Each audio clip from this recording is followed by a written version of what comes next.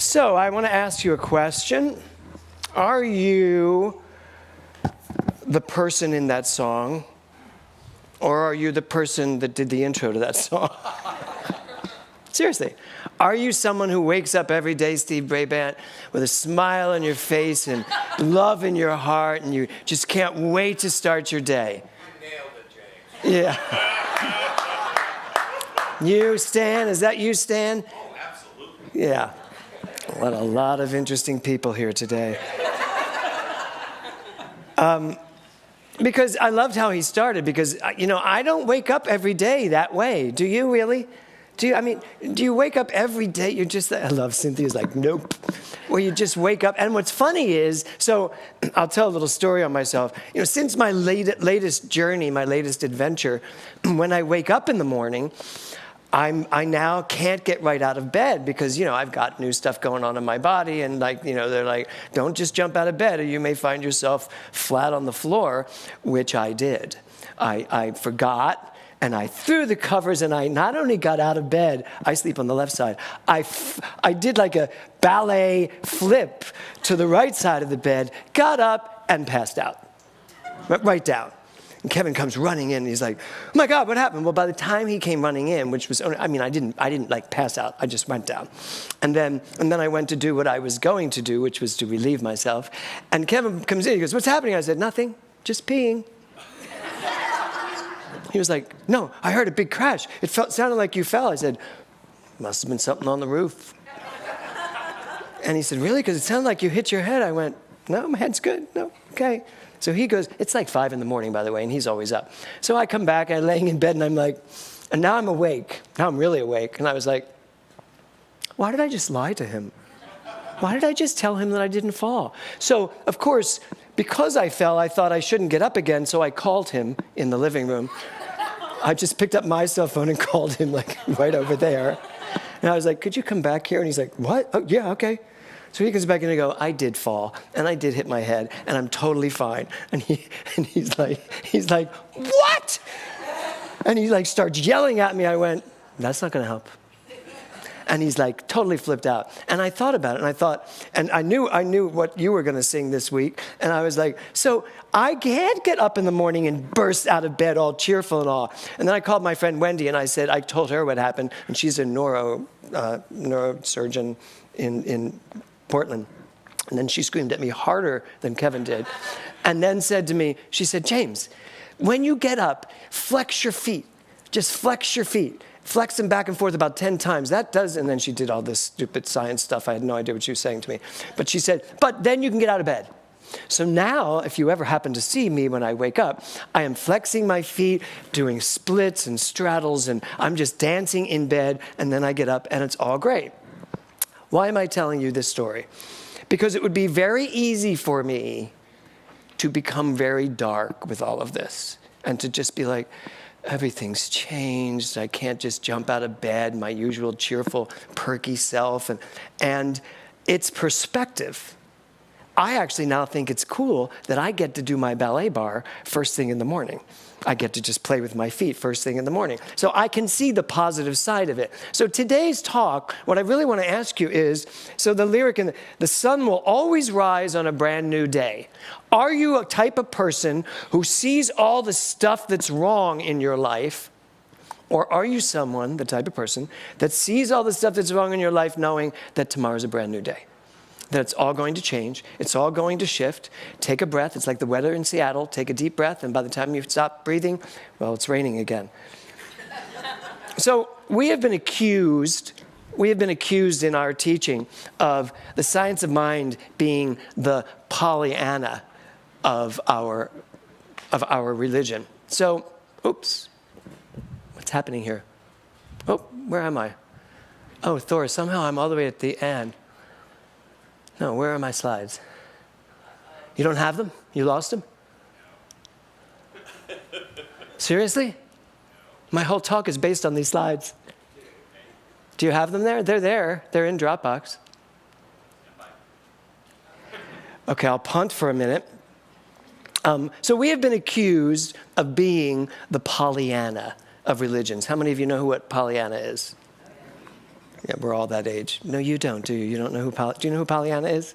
No. Isn't that cool? Do you know who Pollyanna is? You do? I do. And you're only like 30... We can end it there. 30-something. Okay. So, Thor, tell me when you're ready. Okay. So Pollyanna was this TV show. Was it a TV or movie? It was a movie. Oh, just yell at me. Fine. So it was this movie starring Haley Mills. And she played this goody two-shoes no matter what happened. Remember, she fell out of the tree, broke her arm. She still saw the good in it. And people just... So how many here would consider themselves Pollyanna? Well, you're hamming up really fast. Wow, am I in a room full of that many depressing people? Really? You don't consider yourself a Pollyanna, Lisa? No. Yes, Karen, we know you're Pollyanna. It's your middle name. Yes. Wait, let me see those hands again. Go ahead, Sandy. How many hands for you? You're a Pollyanna? Okay. Marilyn Murphy is a Pollyanna. Anybody on this side?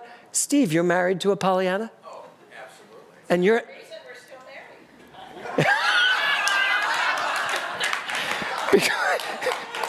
because you see the good in everything, no matter what, right? Forgive everything, James. Forgive everything. What about... And that works for us, too. You are the luckiest man on the planet. How about the band? Any of the band members Pollyannas? David, you're not a Pollyanna? You giggle all the time. You're smiling all the time. I mean, I know Robbie's not. Okay, good, okay. No? John DePatty, no, not a Pollyanna? Perhaps? You're going to wait for my talk to decide? Yes. Okay, I'm going to wait for my slides to decide. You're all good? There she is, folks. There she is. There is Pollyanna. I already got everything I needed to get out of her so far. So, wait.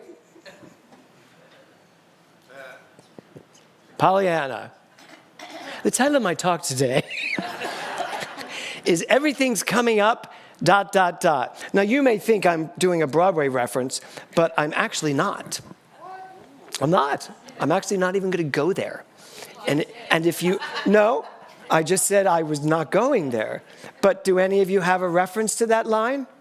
Good. So keep it to yourself. We're not a Broadway theater here. So everything's coming up. And the ... is because the truth is, Steve Brabant, everything is coming up based on what you decide. Not for us. That's for yourself. Right? Everything is coming up in your life, whatever you decide. So Craig wrote that song. And it's a bit of a Pollyanna song, isn't it? When the sun comes up, I'm cheerful, and I see everybody, I make everybody happy, and it's all good. Which I'm glad he started it by saying, this is not how I wake up. But this is our philosophy, right? And when we walk around with that philosophy, and we tell people our philosophy of life, that, living life to the fullest, that God is in everything and everyone. I am the very presence of God. Life is the most interesting and infinite possibility. We live in a quantum field of pure perfection and possibility. And some people, have you noticed? Some people look at you like, what planet are you living on? And you're thought of as a little Pollyanna, right? So everything's coming up. The truth of our philosophy is everything's coming up, not roses, in case you knew the end of that. Everything's not coming up roses, Stan. Everything's coming up based on what Stan Galperson has in his conscious mind in that moment. That's how it's going to come up.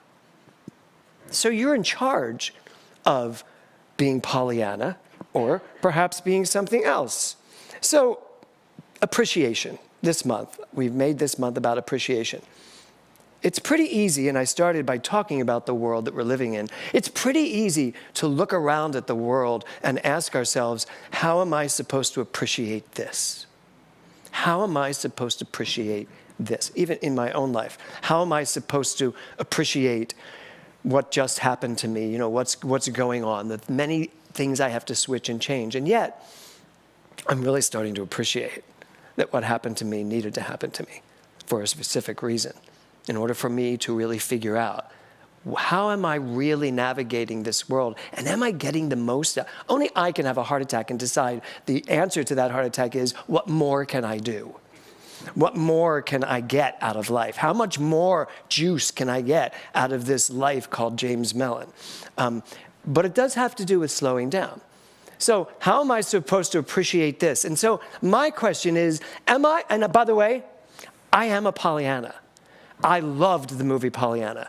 I loved it so much, I watched it incessantly when I was a little boy. I loved that movie. I loved her.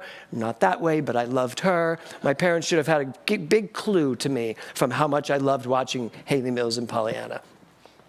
But here's the real thing. Am I a Pollyanna? Or am I a mastermind? Wasn't she? She was a mastermind. But here's the thing about that. People call you a Pollyanna and it's supposed to be an insult. It's not. Because if you are really, you getting this, Mike? I just looked over at you and I saw you go, what? What does he say? Mastermind, Pollyanna, mastermind. Because if I am Pollyanna in my essence, what am I really doing? I am creating my future. If I am willing to see the good, if I am willing to understand the good. Now, the difference is, when people call you Pollyanna, what they're really saying to you is, you don't notice what's going on. You don't see it. You don't see the crap. You're totally blind. No. See, that's the problem. We cannot be blind to what is going on. But the mastermind in me gets to stand there and go, I do see it. And here's what I'm willing to know. And here's what I'm willing to do. And here's who I'm willing to be in the face of anything. So, Pollyanna or mastermind. Because, the other choice is this. How many of you are Eeyore and everything's a problem? Life's gonna get me. I'm getting old. I had a heart attack. I have to eat different food. I can't have Haagen-Dazs. I could go down the list, and I could turn into this. Yeah, I know that's a cute picture of him. I was looking for a more depressing picture of him, but I couldn't find it. But look, he looks sad, doesn't he? Although he thought to put a pretty bow on his tail, except I think Winnie the Pooh put that on his tail. So, Pollyanna or Eeyore? Or Eeyore, or are you somewhere in the middle? Or do you stand and sometimes I'm over here and I see the good and sometimes I'm over here seeing the bad? That's what we do. We float up and down and back and forth, and we're going back between this and that. And yet, what we're being asked to do is stand on principle, no matter what. No matter what. Reverend Dr. Jonathan called me yesterday just to see how I was feeling, and I reminded him, I said, do you remember that when the first doctor came in and told me that I'd had a heart attack, and when he walked out of the room, I turned to you and we both at the same time said, he's hot.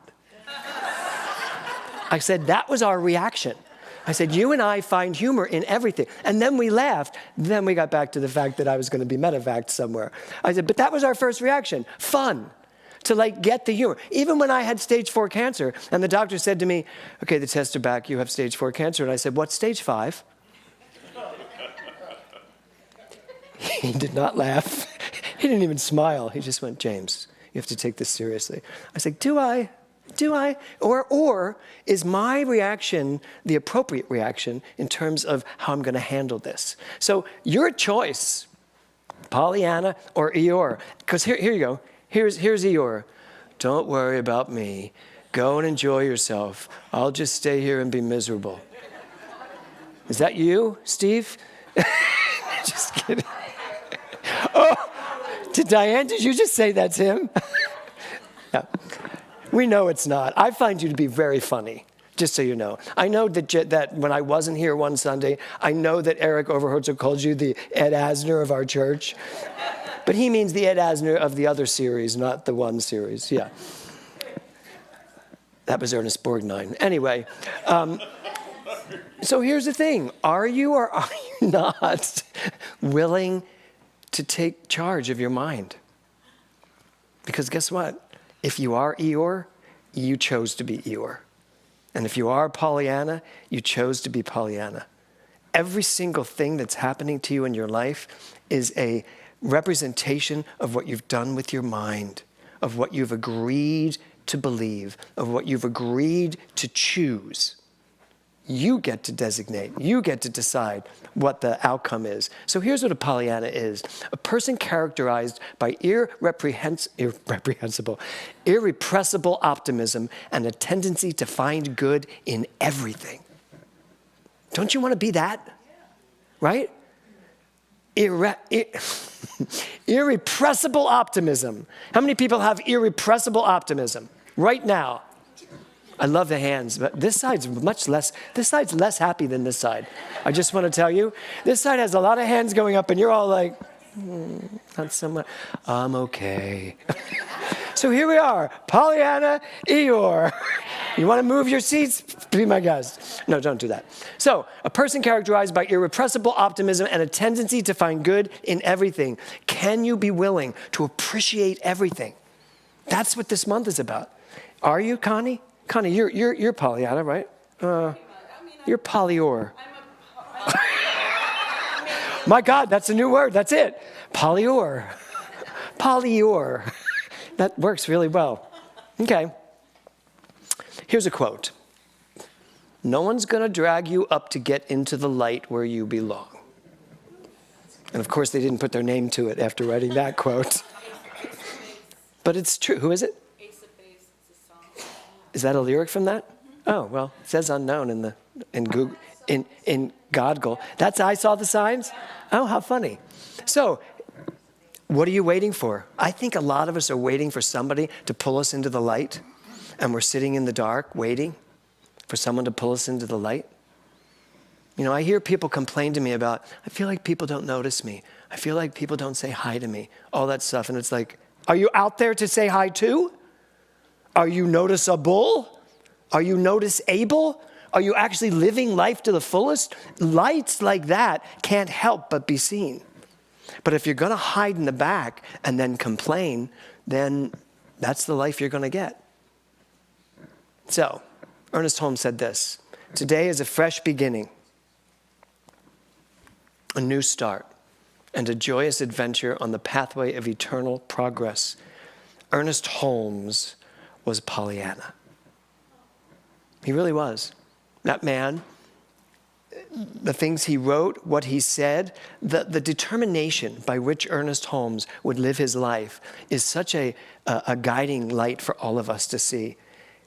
When he opened up his first prayer room, when he figured all of this out before 1927, when he opened up his prayer room, he just came to LA and got a little room and put a sign on it and opened and nobody came for a very long time. So he just kept writing and writing and writing. And then finally, he went to speak somewhere. He spoke and people heard him. And little by little, it started to catch on. And he finally just said to himself, or people said around him, rent a space and announce you're going to be there and see what happens. And he went, great idea. And he rented the Wilshire E. Bell Theater, and it was packed.